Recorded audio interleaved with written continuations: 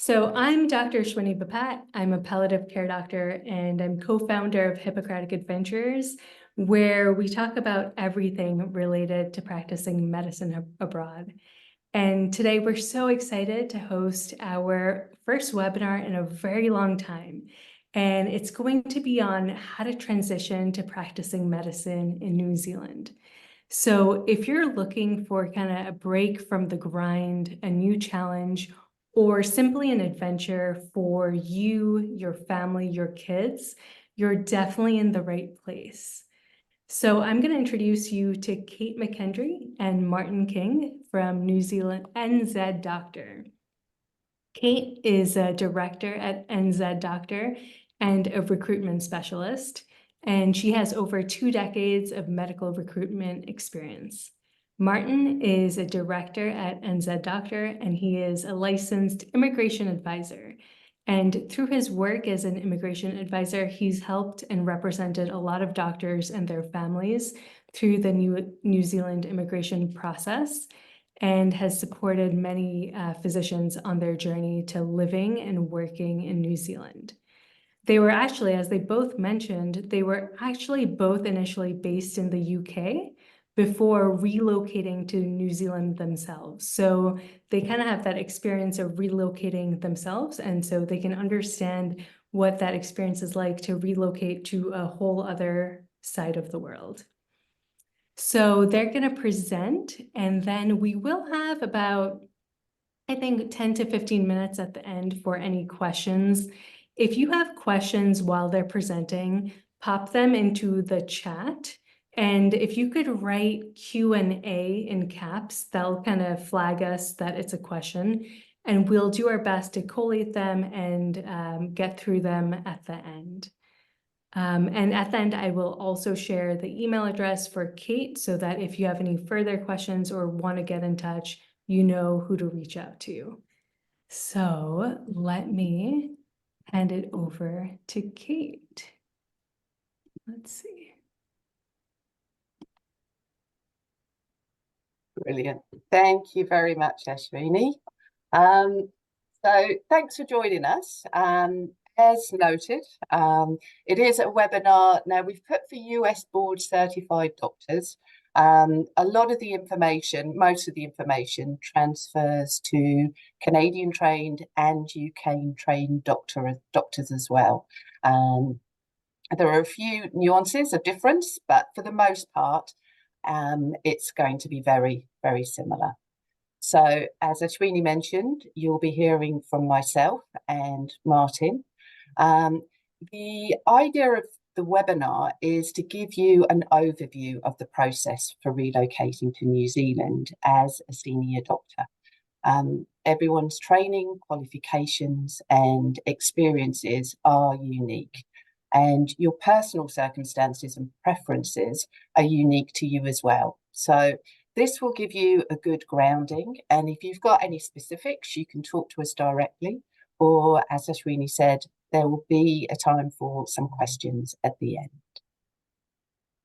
So there's a lot of information coming up, and please don't be overwhelmed. We have a lot of American doctors working here, a lot of international medical graduates, and there are a lot that have worked here in the past. So trust the process. We're part of a larger team, and we help doctors relocate in terms of job opportunities, medical council registration, and immigration. So we specialise according to doctor specialties. So Martin would look after surgery, medicine and pathology. We've got Joanna Nelly, who looks after radiology and obs and gynae. I look after psychiatry, and Adam Benko looks after emergency medicine or general practitioners, which are family medicine physicians, the equivalent with the US.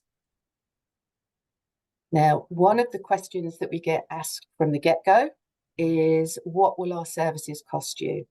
And the answer is nothing. For us, our contracts are with the hospitals themselves and the general practices, and they pay us a recruitment fee. It doesn't affect your salary. We work closely with the districts. We've got good relationships with both them and the general practices. So there's 3 key factors when living and working in New Zealand or for getting here. 1, medical council registration, 2, employment, and 3, immigration. And it's important to note that 1 and 2 don't necessarily come in that order. And we'll explain that as we go through. So for employment, if we start there, an attending physician can be referred to as a specialist, a consultant, or a senior medical officer, an SMO. We've got many different terms here in New Zealand. For your employment, it may be a fixed term contract, which is usually a minimum of 6 to 12 months, or it may be a permanent contract. Now, fixed is exactly that. There's no guarantee of a position beyond the fixed period. All the hospital employment offers are governed under a multi-employer collective agreement. It's commonly known as the MECA, and all the districts are signatories to the MECA. So your base salary is fixed upon a graded pay scale, and it's set by when you first got your board certification or your CCT if you're from the UK. The base salary range is from just over 185,000 New Zealand dollars, and it goes up to just shy of $268,000. And it's the same for every district and every specialty. But in addition to the basic salary, there's allowances, and these are for various things, including on-call and CME or CPD, the continuing medical education or continuing professional development. It's the allowance for that $16,000, and there's 2 weeks leave in which to use that. So a lot of doctors choose a conference that may be based in the States and go over and attend that using this allowance. The other benefits, there's 6 weeks annual leave entitlement, which is pretty generous, and we have 12 public holidays. So come January, February, it's a good summer. There's a lot of public holidays in there, and it does make for a lot of time on the beach. Your expenses that are covered include medical council registration, your applications, your annual practicing certificate, your medical indemnity, and professional licenses as applicable to your specialty. There's also an international relocation package, which that's probably one of the few items that's negotiable. So it's flights, it's accommodation up to a certain amount for a certain period, car for a certain amount for a period, and freight. So those are the main items that go into that. Your relocation and your registration expenses, they're reimbursed with receipts once you start. They're not paid in advance. Now, this is hospital focused. For family physicians, it's different. We will touch on those shortly, but it's a whole new webinar when it comes to family physicians, which Adam would be happy to host if there's interest there as well.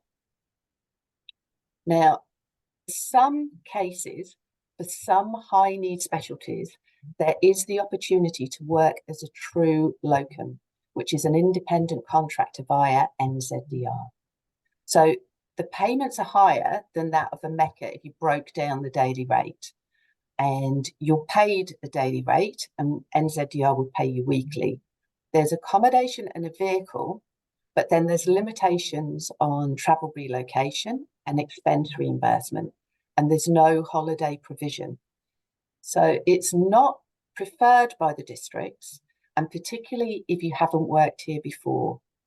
We're mentioning it because it's an option predominantly for things, specialties like psychiatry and radiology, or if you've worked here before. But talk to your recruiter and we can fill you in on more detail for that. Now, medical council registration. So to practice medicine in New Zealand, you have to gain registration with the Medical Council of New Zealand. So the US trained doctors that hold current board certification, you're usually eligible to apply via the Vocational Specialist Registration Pathway and the Locum Tenens Registration Pathway, similar for Canada and for the UK with your CCT. The reasons to apply for registration with a vocational scope of practice are it's a permanent form of registration, you're recognised by council and the college as a specialist, and you can work independently in New Zealand, prescribe specialist medications, and you can supervise other doctors. The Locum Tenens registration, it's temporary. It allows you to work as an attending physician, but it is only for the 12 months and you will always be working under supervision. And when we say under supervision, it's not that somebody's over your shoulder 24/7, it's their supervision reports that are submitted every 3 months by your supervisor. So it's actually quite nice to have somebody there to support you throughout your time.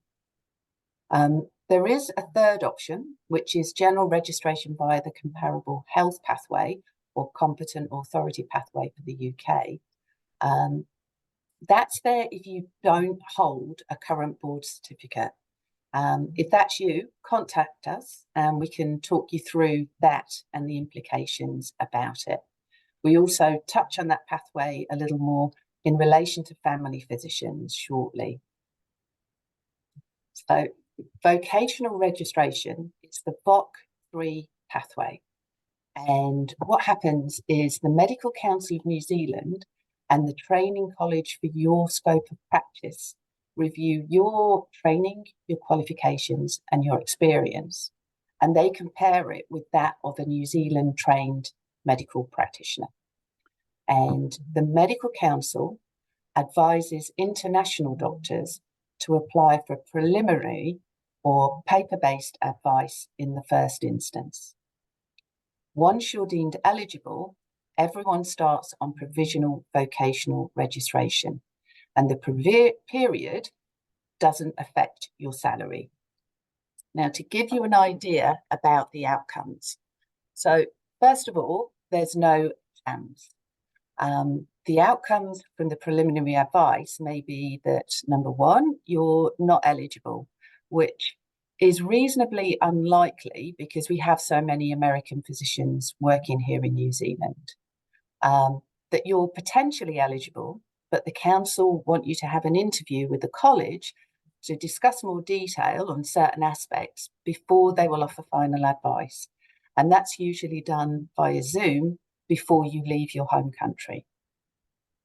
The other option is that they issue a letter of eligibility that you are eligible for provisional vocational registration via the assessment pathway. And that means you can start here and you can work from the get-go, but within the first 3 months, there's a formal interview with the college where they will discuss the details that they feel are that they need to know in order to provide an outcome for what you will need to do to move from provisional to full registration. So it may be that there is a certain aspect within your training that wasn't covered. And to give you an example, a general adult psychiatrist may not have covered child psychiatry in the US, whereas for New Zealand, it's one vocational scope, psychiatry, and it may be, and they cover 6 months. So the outcome may be that you have to spend 3 months working under supervision of a child psychiatrist as part of the supervision overall period. They may say that you need to do a vocational practice assessment. Now that's a 1-day workplace assessment and you're visited by 2 assessors who are specialists from the college. And our role is to make sure that whatever the outcome is from the preliminary advice with the assessment pathway, that the hospital where you're going to work can support this. So with the example for the child psychiatry, we need to make sure that the hospital is big enough and has enough doctors to be able to offer that supervision. And that's another reason for us why we specialise in terms of vocational scopes, because we know the nuances and we know who can offer that and who can't. The fourth option, which is usually only really UK graduates, but there are anomalies, is that you have a letter of eligibility via the supervision pathway. And that means you can start work and there's a period of supervision before you apply for your full vocational registration. Now, this is very much the bit where I said, please don't feel overwhelmed. We assist with the compilation of the paperwork, and that's what you need to supply and what we need from the employer.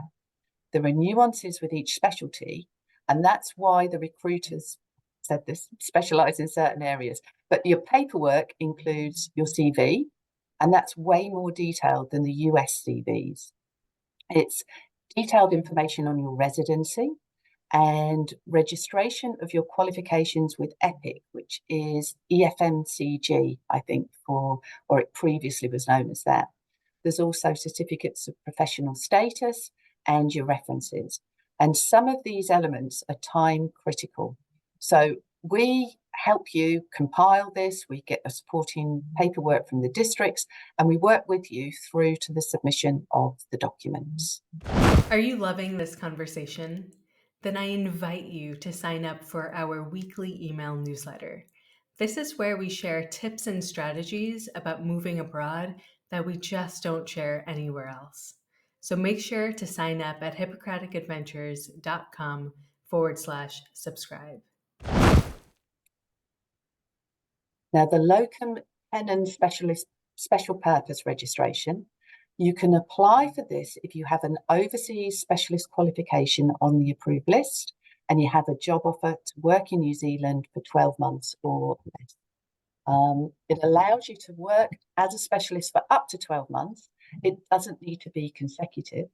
And the registration application takes 20 working days to process.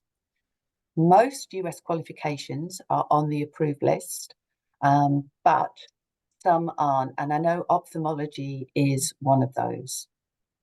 So if you're intending to work for only 12 months, coming over with your family on an adventure, it's the simplest form of registration. It's commonly used by US trained doctors.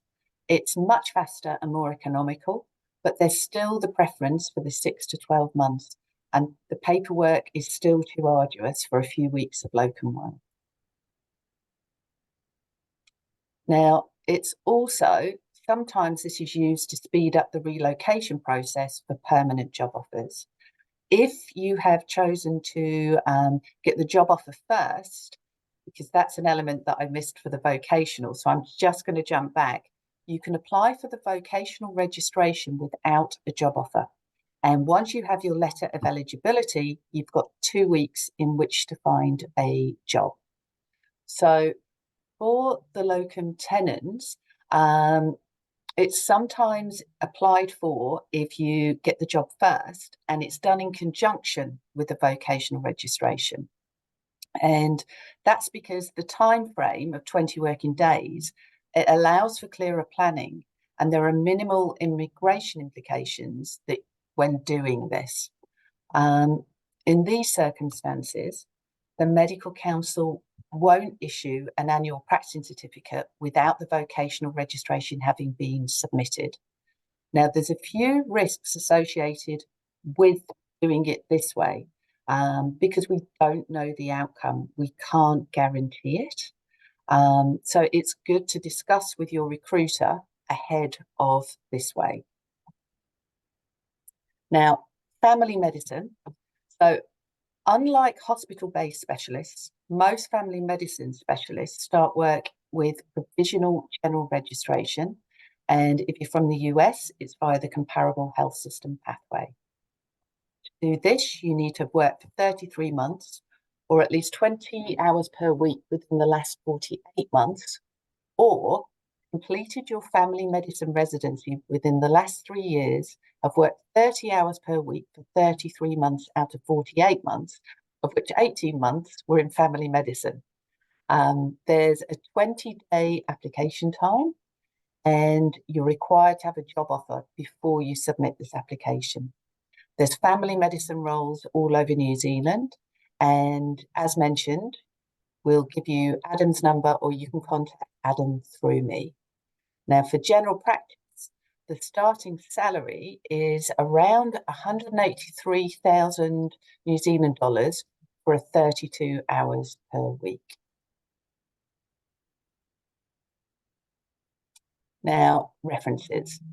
So there are 3 required, and we use the same references for your job as we do for your medical council application. So referees must be attending physicians practicing in the same area of medicine that you're applying for. They must be board certified. They must have worked closely with you and be familiar with your practice at attending physician level. They must have worked with you for at least 6 months in the last 3 years. Now, if you can't meet that criteria, talk to us, because there are ways around it. And in most cases, it's surmountable. Now I'm going to hand you over to Martin with regards to the immigration. Thanks, Kate. Pleasure. Can you see me? I can't. Is it switched over? There we go. Okay. Excellent. Yeah. Thanks, Ashwini. Hi, everybody. I'm Martin, and yeah, I'm going to run through the immigration side of things. So unless you're a New Zealand citizen or Australian citizen, for that to live and work in New Zealand, you and your family are going to need a visa to do that. And when you work with us, that's something that we assist. So we provide complimentary immigration advice and planning, and we manage the process for you. There's a wide range of options, and those are really dependent upon your personal circumstances, be it whether it's short or a long-term move, or transitioning from an initial short term assignment to one deciding to stay longer. Doctors are all physicians are on our green list, which is the list that we have for occupations that are most in demand. So as a consequence of that, there are really favourable options for physicians, and their applications are afforded the highest level of prioritization. So those processes should go pretty quickly. We are the last part of the process. So the visa process itself will be based upon an offer of employment and approval of your medical registration, because you have to prove that not only have you got a job, but you are legally entitled to undertake that employment. But it's the last part. And the final part there is to mention that everybody, whilst we've got favourable visa options for physicians and their family, all applicants still do need to meet the health and character requirements.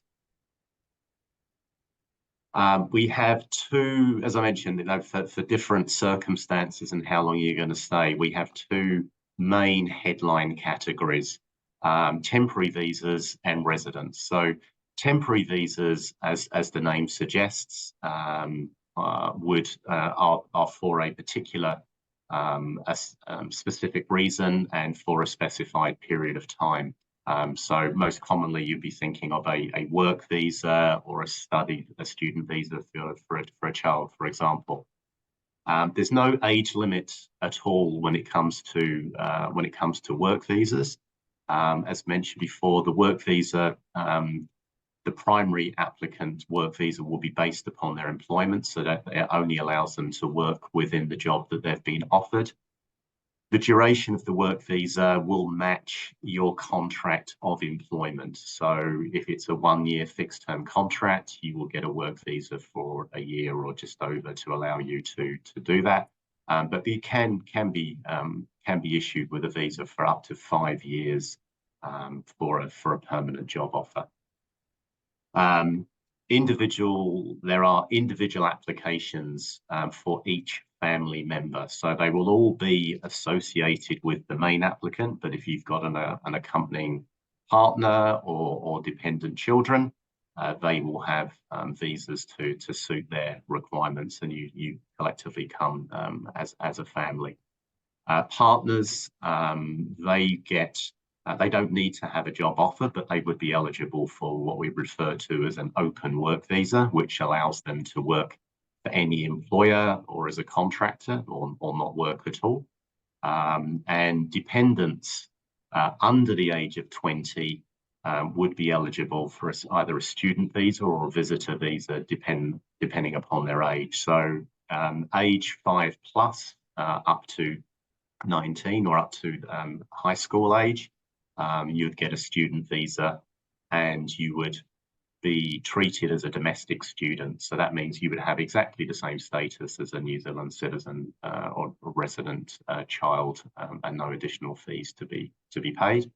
Children under 5 would get a visitor visa, but although they're on a visitor visa, it still allows them to attend early childhood education as may be required. Temporary visas with dependent children over the age of 19 can get a little bit tricky, but there's certainly scenarios that we can work with. So again, that will be an area to discuss and work out what the best option would be in that situation. Processing timeframes for work visas currently at the moment about 6 to 8 weeks, sometimes quicker. For longer term stays or permanent, we have the residence pathway. So we have what we refer to as a straight to residence fast track process for green list occupations, physicians being one of those. There is an age limit here. So unlike Australia, which is actually very low, currently it's age 45 is the age limit there. Our age limit is 55. However, there are circumstances where we can request an age waiver. We have to go to the Minister of Immigration, but we have been very successful with that in the past. So we can address that as and when it may be required. You need to have an employment offer of at least 12 months to be eligible to apply. And this time around, it's one application which the whole family can be included in.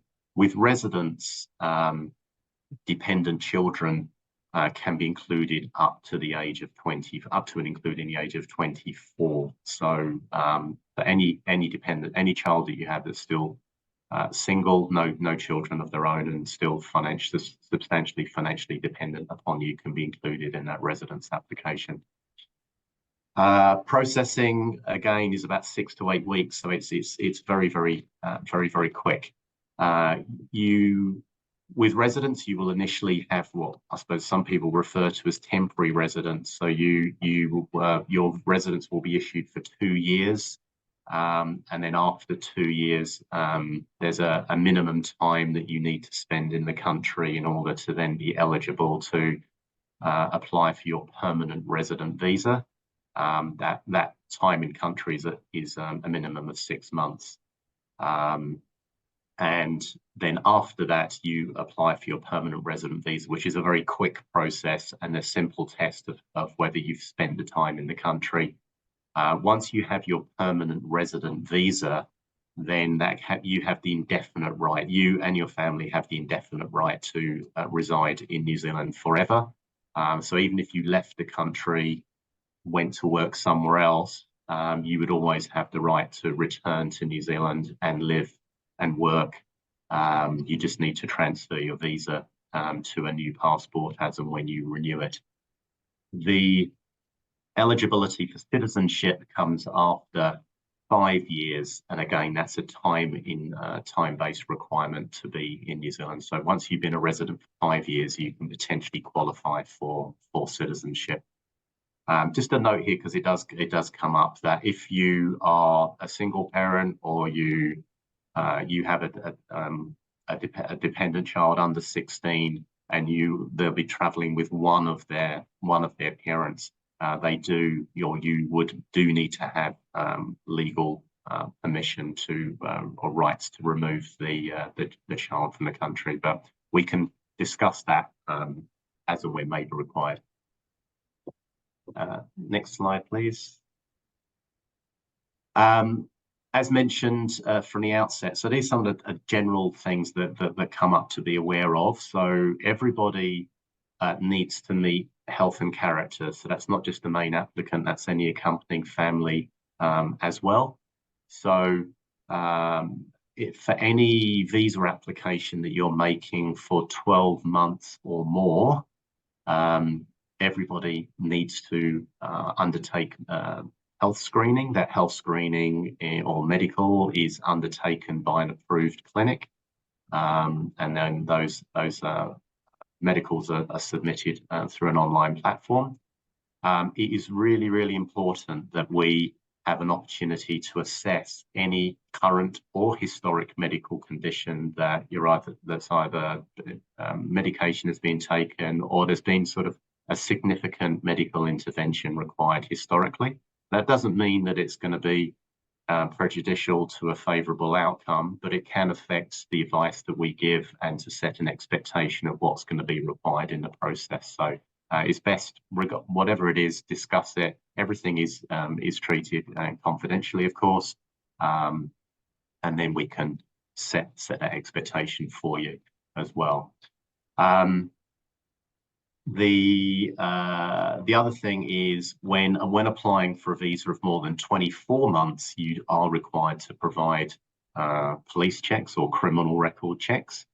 Those criminal record checks need to be provided from your country or countries of citizenship, and any other country that you've lived in for an extended period of time. So always best for us to discuss that. Some police certificate or criminal records checks can take a little while to obtain, so forward planning is the best thing here. Again, any adverse criminal or immigration history should be assessed prior to starting the process. It may not be prejudicial, but it is important that everything is declared and we, again, can set an expectation of what to expect. Some other general information and questions that come up with regards to the particular visa or their visa type dependent. Access to our publicly funded health system. You need to have a visa or work visa of at least 24 months in duration to have access to subsidised public healthcare. Less than 24 months, there are self-funded health insurance options which are highly recommended. Any visa of 12 months plus, you are exempt from any import taxes and duties on your household effects. So you can ship when you're moving over, you can ship over, and there's no sort of importation taxes to be concerned about.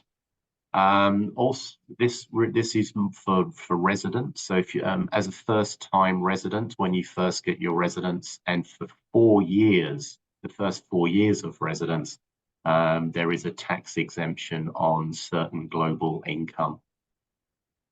Residents are also eligible for KiwiSaver, which is like a superannuation scheme, and your employer will contribute towards that. So that's part of that MECA agreement that Kate talked about. If you're eligible for superannuation, the employer will contribute will match your contributions up to 6% of your income. So if you contribute, the minimum is 3%, but if you contribute up to 6% into the superannuation scheme, the employer will match that contribution. So it's really quite favourable. To purchase property in New Zealand, you have to be a resident. So that's something to consider. Again, it's really more, I suppose, if you're looking to move long term, you'd be looking to have the resident visa status, but you can't currently buy property on a temporary visa. The final bit, this bit, I know that there's something just popped up in the chat about that. When you're a resident, you can sponsor parents. There are a few different options there, which we can discuss on a case-by-case basis, but there are long-term multiple entry visitor visa options. There is also two residence pathways. One, which has been recently introduced, is a ballot system. So I suppose you would say it's sort of fairly similar to the US with the green card lottery. Certain, you're eligible to enter into the ballot, and then a certain number of entries are drawn out of the ballot every 3 months, and those people are invited to apply. There is also a retirement-based parent policy, which is based upon individual net wealth or asset position. Thanks, Kate. Worthwhile mentioning that we still, I know we're sort of well beyond COVID these days, but we still do have a requirement for our health professionals to be vaccinated against COVID-19. So as part of the process, the recruitment process, you need to be aware of that, because at some stage you will be requested to provide evidence of your vaccinations. So, big question, how long is it all going to take? And as with anything, how long's a piece of string? But generally, you're looking at around about 6 to 18 months. That's the kind of window that we work within as far as actively working. We will advise you at any stage of your journey, when you're even thinking about it. It could be part of a 3-year plan you're thinking about it. The sooner we can talk to you, we can at least give you some guidance initially to set you on your way. But as far as the actual, when we want to get on with it, you're looking at about a 6 to 18 month typical window that we work in. Some of those influencing factors are going to be around where you want to work, the availability of employment opportunities within your specialisation, and the other things like Kate mentioned with the registration. So if you're going down the vocational registration pathway, we know that in its own is going to take 6 months. So the more flexible you are on the location, that's going to give you more readily access to opportunities, and then that may mean that things can go faster. But it's worthwhile mentioning that that hospitals or practices will generally make offers with start dates up to about 12 months in advance. They're well versed in working with overseas doctors, and they know how long this process takes. Back over to Kate to wrap up. Cool. Am I on? You are now. On speaker? Brilliant. Yeah. Now, New Zealand. Thanks, Martin. New Zealand, it is a small country, and you do want to avoid repetition and overlaps, which will quickly come up if you are working with a number of people. So it is recommended to choose one agency to partner with and to represent you. Obviously, we want you to choose us, but by all means, talk around. Talk with your colleagues, talk with people who've been here, and you should be able to arrange an initial consultation with people just to get an idea of what's on offer. So the questions that should be asked are, do they assist with medical counsel registration? Complementary immigration advice from a licensed immigration advisor, because you need to have a license to offer the advice in New Zealand. Flexible working hours, because obviously we're working to international time differences. And are they in a position to continue to be helpful when you're here in New Zealand? So that's talking about the school system, just life in general. And if it is good to know that there's someone here that you can call, because if you're working with somebody and you're making a permanent move, it's usually you've been working with this person for 6 months, 12 months. So to have somebody there at the other end of the phone, hopefully you're ringing just to say, this is amazing and I'm loving it. But if there is a problem, you want to have somebody there to talk to. It's a big decision and you're trusting a company to help you relocate to the other side of the world. The other disclaimer that I'd like to put in is New Zealand, it's not utopia. We've got our own problems, we've got our own frustrations, and it's all relative. I can say hand on heart, my experience from the UK, I love the UK, had a great time growing up there. I found we had a choice between staying there or coming to New Zealand. And for us, bringing up our children in New Zealand has been amazing. The people are really as friendly as what you hear. Most of them come with a good sense of humour. And the nature that you see, it's there if you want to take it. So ironically, not this photo that you're seeing now, but most of the photos from the slideshow are from either our day-to-day or hikes or holidays. It's all been taken with the iPhone. So you can tell which ones, they're usually a bit sharper if they're stock photos. So talk with people, get as much information as you can, and you'll be able to decide if New Zealand is an option for you and your family. To conclude, we'd like to say thank you very much for listening to us and bearing with. Welcome questions and your own circumstances or about your own circumstances. For psychiatrists or people that are based in New York or not too far from there, we'll be at the APA in May. We've got a stall there and we'll be happy to meet with you face to face. And the QR code on the screen will take you to our contact details if you wanted to arrange that. So that's it from us. Thank you ever so much, and we shall hand back to Ashwini. Wonderful. Kate, Martin, thank you so much for that really awesome overview and kind of grounding in terms of what the process looks like.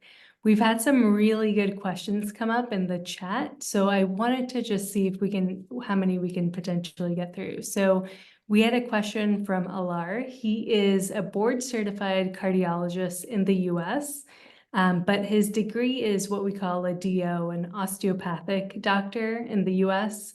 And in the US, they can practice the same as an MD, a allopathic doctor. But does being a DO impact the process for practicing in New Zealand? Because he's still board certified and he still practices as a cardiologist in the US.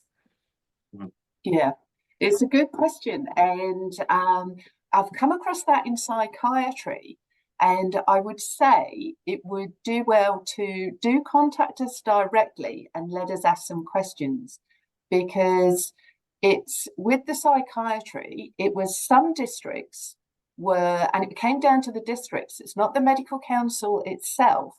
When we checked that out, the DO was perfectly acceptable for the registration. Now, this was for psychiatry, so I would like to double check and be certain sure when it comes to cardiology or internal medicine and cardiology. But it was a district that were no, whereas others were yes. So it's not as straightforward as what I want it to be. Martin, I don't know if you've come across that. Yeah, no, I can add to that. So, I mean, as you said, I've not come across it as as an issue with employers. I certainly know that, just to reinforce what you said there, as far as medical counsel is concerned, it is recognised. So when Kate was talking about or introduced about the Locum Tenens pathway, for example, where you've got to have a particular qualification or certification.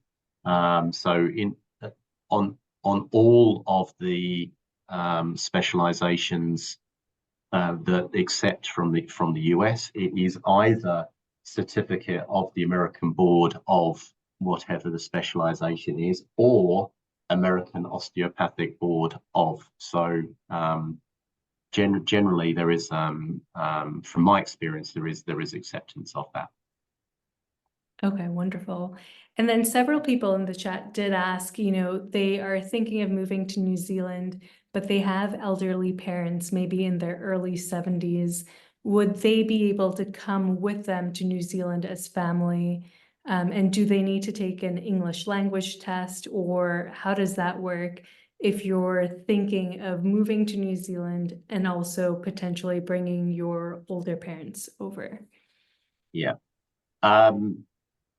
The answer is that it's a bit more complicated than that, because the parents would not qualify as immediate family that can be included within your initial visa application. So they would need to apply in their own right, but still with an element of dependency. So as far as you being able to act as a sponsor for your parents, which there are pathways for that to happen, you would need to be a resident. So once you are a resident, you would be able to do that. So I suppose really this is only going to be applicable for those that are considering for long-term, staying long-term, where if they are considering staying long-term, then the residence pathway is the one that they would want to take. There are those couple of options there, but one is the ballot system, and the nature of a ballot is it is effectively a lottery, so there wouldn't be any guarantees. There is the parent retirement category, which is asset-based. So it depends upon the financial position of the parents themselves. And there's something else I can't really give too much information about because it's not been announced yet. But because we've recently had an election at the back end of last year, one of the things that the new government said that they were going to do was to actually introduce a new long-term visitor visa for parents. So there is an indication that they may introduce this visa the talk was 5 years, so it'd be a 5-year renewable visa. There was no maximum period of time that they could spend in the country for that period of time. They would still need to meet health and character requirements as normal, and the likelihood is that they might need to pay a bond or have some kind of special health insurance that was issued by the government to protect against the obvious risk that there might be a health issue given their age. So yeah, so we're very confident within the next 12 months that's actually going to be there to as an option. Very cool. And then a lot of people were asking about the types of specialties that are most in demand. People wanted to know about pediatricians who work in the hospital, so that have like the more pediatric hospital medicine role. Yeah, if you could speak to that. So I mean, Kate will talk about her. I mean, she already mentioned there that psychiatry, radiology are two really hot areas at the moment. Emergency medicine is certainly something that we have a lot of US doctors come, especially those that come for sort of 6 to 12 months fixed term contracts. They seem to fit in really well and are quite sought after. I would say general medicine or internal medicine and subspecialisms are definitely in demand at the moment, and anesthesia. That's not to say that the other ones aren't, but if you were to look at where the majority of the vacancies are at the moment, it would be, and where you would have a wider range of locations and opportunities. Just touching on the hospital-based as well. Most roles are hospital-based, so we don't tend to have these sort of exclusive outpatient type scenarios. And so because they're mostly hospital-based roles, whilst there will be an outpatient element to the role, having inpatient and relatively recent inpatient experience for a lot of the positions is important, especially around sort of general medicine or in internal medicine. Family and then family medicine, I'll speak on behalf of Adam. Yeah, true family medicine, as in, you know, you've trained in family medicine. There are a lot of opportunities across the whole country. So, you know, whether you're looking for urban, rural, somewhere in between, north, south, coastal, the opportunities are there. Kate might like to add a bit to that. It was just in terms of psychiatry. We do have sort of outpatients. There'll be solely outpatient roles. So some hospitals will have a model where you cover inpatients and outpatients, follow your patient through. Others, there are definite separate teams. So you could feasibly have a community role. So for psychiatry, it's general adult, but it's also child, the various subspecialisms, forensics, maternal, it's across the board that we would be looking in that field. And also obs and gynae was another one that yes, is, yeah, pretty well recruited. But I would say, whatever your specialty, talk to us, because we're talking with the districts every day. So, and we talk directly with services as well as the recruitment teams. So it's not just that we sit and wait for the jobs, we tailor the search. So if you specifically are looking for something, it's people or services, they're planning years in ahead. So it might not be that ideal role is there for you now, but if they know that you're sort of there and for when that time comes up, forward planning, it's definitely in operation here. Likewise with the job boards as well. So it's not just a case of looking at what jobs are being advertised at the moment. If you're looking at coming 12 months plus, so you know, we have relationships not just with the recruitment teams, but in most cases we've got relationships with the clinical directors as well. So you know, it does become a proactive search and introduction, as well as more reactive as well. Yeah, thank you for mentioning that, because obviously there are a varied specialists on this call. And so for folks that are neurologists or lifestyle medicine physicians, or there are some folks that are board certified, let's say in family medicine, but work in emergency medicine in the US. So for these folks, would it be worth them to, even if they don't find a position right now on your job board, on your website, is it worth for them to just reach out to you and be like, hey, I'm a neurologist, I'm really interested in coming to New Zealand, can we talk about options? 100%, because I mean, I would say that also, you know, things do constantly change, so don't necessarily rely upon what we have on our website today being the absolute, you know, being everything that is going on, because as I say, you know, we do generally work more proactively with individuals and knowing where to actually put them and what's in front of them, rather than just matching them to live jobs that we might have posted on an ongoing basis. So yeah, we would encourage anyone that's even considering it. There's absolutely no cost to them for doing it, but encourage them to have that initial conversation, We can go through everything with them, and there are as Kate said, there are so many nuances that then link back to their own sort of unique circumstances, that it's only once you've had that discussion that those come out, and you can give them the appropriate advice. That's great. And could you speak to as the cost of living in New Zealand compared to the US? Because I think one of the concerns that comes up is that the salary for physicians kind of across the board is lower, basically anywhere outside the US.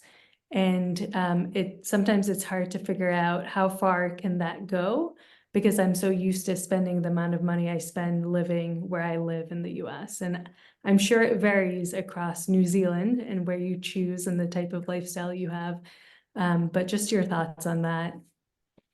Yeah, Yeah. I'd say, sorry, I was going to say one thing. The salaries that we mentioned there are the base salaries. So, in most cases, it does vary on the job by job, but there will be things like job waiting, on call, and various other allowances. It's not uncommon that the base salary that we publicize there, that there isn't an uplift of anything around sort of 20 to 30% plus on top of that would actually make up the salary.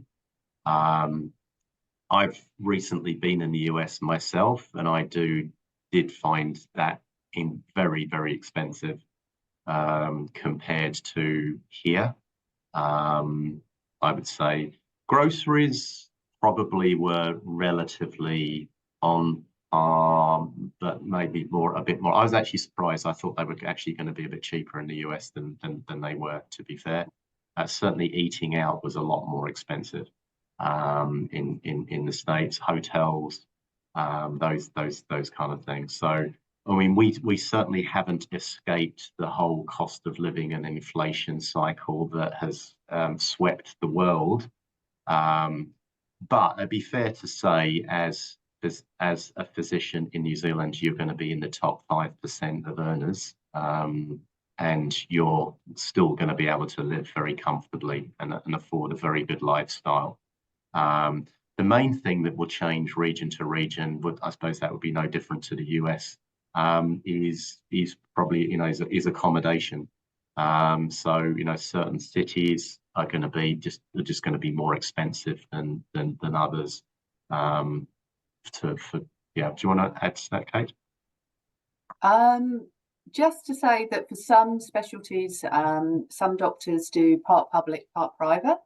Once you've got your vocational registration, you've got your residency, you've got the opportunities open up in that sense, and also to work as a locum on a daily rate. So there are ways that your salary can go up over time, not salary, or your earning capability can go up over time. I say that, but I would still say it's New Zealand. We've got a lot to offer in terms of lifestyle. It's on your doorstep, so you're not paying to go. I'm talking about Europe here. You're not paying to sit on the beach. It's an empty beach. Just go and help yourself. It's what you make it in that sense. But if you're comparing salaries like with like, New Zealand's not going to be. It's very rare that somebody comes whose priority is money is going to come to New Zealand, because there's other options that are going to pay more, definitely. Absolutely. And I think that's one thing that you're always going to get from us is just complete transparency on that. We're not there to oversell something, because for us, it's all about giving accurate information for people to make an informed decision. And I suppose wearing two hats, being one, a doctor recruiter, and also having been an immigration advisor for nearly 20 years now, the drivers for New Zealand are lifestyle and family, work-life balance, family, safety, are all of those key factors. So it's not going to be a financial decision that ultimately will be the thing to want to do it.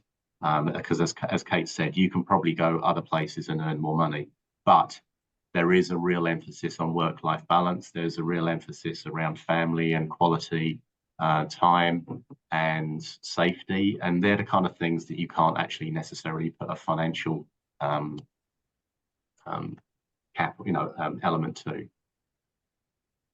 Thank you. So we are coming up on the top of the hour, so we're going to ask one final question. New Zealand is pretty far from the States, and I'm talking to two people who moved from the UK to New Zealand, so I would say pretty far from the UK as well. What advice or suggestions do you have to make New Zealand your home and to help with some of that homesickness that maybe you guys felt when you moved, or that people may feel when they move from the US to New Zealand? I would say to give it time. This is some advice that my UK friend gave when she moved overseas. Like the first 12 months, really, everything's new, and your conversations are, "Hi, I'm Kate from the UK." Da, da, da. It's all new, and you're meeting lots of people. So give it time. Like your first year is your new bit, and then once you've done 12 months, then you're saying, "Oh, this time last year." Your memories are there, and you can refer back. So give it time and say yes to everything. If somebody says, "Would you like to go to the beach? Would you like to come for a barbecue?" Just say yes, because you don't know who may not be, your best friend for the next 20 years, but the other person that's going to that barbecue might well be. So just be open and just enjoy it. It's get out there and make the most of your time. Yeah, I would definitely mirror what you said there. Be immersive, I would say, in that first period of time, just immerse yourself in it. And I know it's easier said than done, and I've done it myself on many an occasion, but you really do need to get past constantly comparing what you've got or what's in front of you with what you've had, because you've got to embrace what you've got there to actually enjoy it and see it for what it is. And if you're constantly comparing, then it's almost like you're trying to find the differences. It's not going to be the same. But certainly, immerse yourself in it, and get to know people. There's going to be plenty of people and we can connect you as well in advance. We have loads of I know not everyone's from the US, but we have lots of doctors from the US, the same as the UK. And, we can connect you to have a chat with them before you make a decision about moving and what the difference is and how they found it. That's part of working with us, that we can make those connections as well. Well, Kate and Martin, thank you so much. It is just really enlightening to get a bigger picture of what the process looks like and get the questions answered that come up actually a lot. And so if you have any additional questions, or I know there were some questions that we didn't get to, make sure to reach out to Kate. I will drop her email in the chat again. So grab it, send them an email.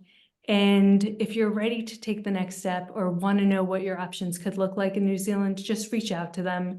Like Martin and Kate said, it really costs you nothing. You lose nothing in reaching out and getting the ball rolling. So thank you both so much for joining us. Thank you to everyone that joined us. I hope you all have a wonderful rest of the day. And as always, thank you for being open to discovering where your white coat can take you. Now, I'd love to hear from you. What's your biggest insight or aha from this conversation? And what resonated with you the most? Let us know in the comments below. And if you're looking to start your own adventure, make sure to grab your free ebook, How to Start Your Adventure. Sign up at hippocraticadventures.com/subscribe. And best of all, when you sign up, you'll also get our free email weekly newsletter where we share tips and strategies about moving abroad that we don't share anywhere else.